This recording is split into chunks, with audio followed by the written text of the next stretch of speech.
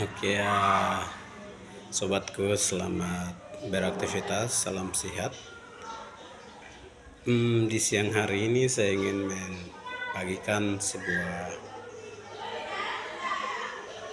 hal yang saya menyadari bahwasanya ketika saya membaca sebuah buku, dan memang hobi saya suka baca buku, dan saya baca salah satu buku tentang filsafat stoicisme. Itu ketika saya membaca dan merenungkan, dan salah satu bab terakhir, bab 10 itu tentang menghadapi kematian. Kalau bab lain-lain itu biasa saja kalau menurut saya sih, tapi bab terakhir ini betul, itu fakta yang kita tidak bisa dipungkiri oleh setiap makhluk, terlebih khusus kita manusia. Karena hidup itu panah ya, mati itu pasti. Itu kuncinya. Jadi saudara saya hari ini kita berinteraksi satu sama yang lain, dan kita melakukan ini dan itu, tapi ujung-ujungnya namanya kematian itu pasti. Jadi kita harus membutuhkan untuk kesadaran diri kita apa yang kita harus lakukan. Hidup bijaksana itu sangat penting sekali. Kematian hubungkan pada sebuah niscaya ya, yang berhubungan dengan alam. Ya, di dunia ini tidak ada sesuatu yang kekal sih.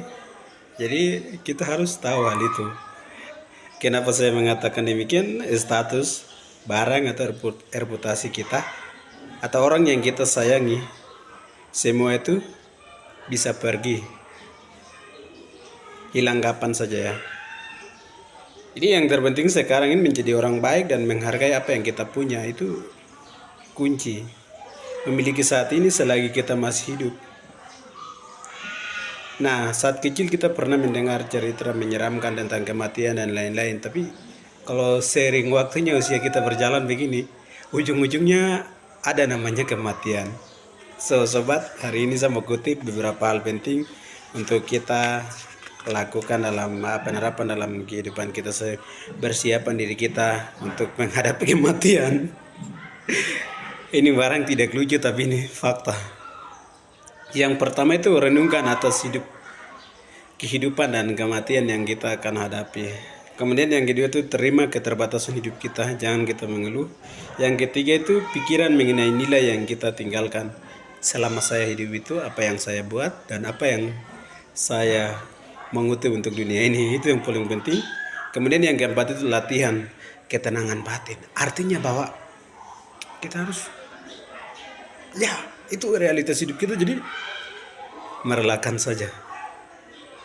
Kemudian yang berikut itu fokus pada hal-hal yang bisa kita kendalikan. Tidak perlu menyulitkan diri lah. Ujung-ujungnya kita banting tulang, begitu tetap ada namanya kematian. Ingat, itu kunci. Kemudian yang kelima itu fokus pada hal-hal yang dikendalikan. Nah, kemudian yang berikut itu namanya latihan atau memento mori. Nah, praktik memento mori ini adalah cara untuk mengingatkan diri sendiri tentang kematian. Artinya, kapan saya akan meninggal? Dan itu kan waktu kita belum tahu. Tapi pastinya bahwa kita mengingatkan diri kita bahwa saya akan mati. Itu kepastian, karena tidak ada yang kekal.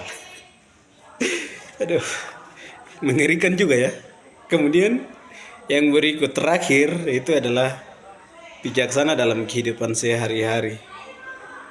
Jadi mendorong kita untuk menjalani kehidupan sehari-hari dengan bijaksana dan bermakna, berlaku dengan integritas, kebaikan dan kebijaksanaan dalam hubungan dan tindakan kita. Ini memastikan bahwa jejak yang kita tinggalkan adalah sesuatu yang positif dan berarti bagi saudara dan yang lain.